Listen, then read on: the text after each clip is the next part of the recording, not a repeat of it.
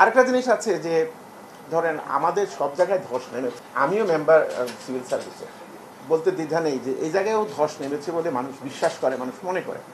তো এখানেও আমরা মনে করি যে ইউনিভার্সিটি থেকে বাইরে যারা কাজ করেছে, শিক্ষিত ছেলে ভালো, আমাদের এক্সপার্ট ওপিনিয়ন দরকার। সে ধরনের ক্ষেত্রে যদি ল্যাটারাল এন্ট্রিতে বাইরে থেকে লোকজনকে কাজ করার সুযোগ দেওয়া হয় দেশের স্বার্থে, উই ওয়েলকাম ইট।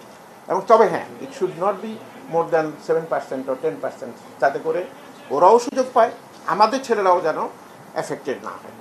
এই ধরনের লোকজন যারা বসে আছে তাদেরকে যেসব, আমি হোয়াট ইউ কল ইট, দোসর বা প্রেতাত্মা, হোয়াট এভার, ল্যাঙ্গুয়েজগুলো তো অনেক সুন্দর সুন্দর সবাই বলছে, মানে actually they are common subject language is লেসপেন্সার। তারা বসে আছে বিভিন্ন জায়গায়, ঘাপটি মেরে এদেরকে আইডেন্টিফাই করে they should be removed as a token, যে মানুষকে বুঝতে দেওয়া যে না, আমরা এদেরকে দিয়ে আসলে সম্ভব না। কারণ এই যিনি পালিয়ে গেছেন, উনি পালিয়ে গেছেন, কিন্তু ওনার সঙ্গে লোকজন যারা আছে, যাদেরকে নিয়ে উনি এতদিন সংসার করেছেন, তারা কিন্তু সবাই এখানে রয়ে গেছে। So we should identify them and we should get rid of them.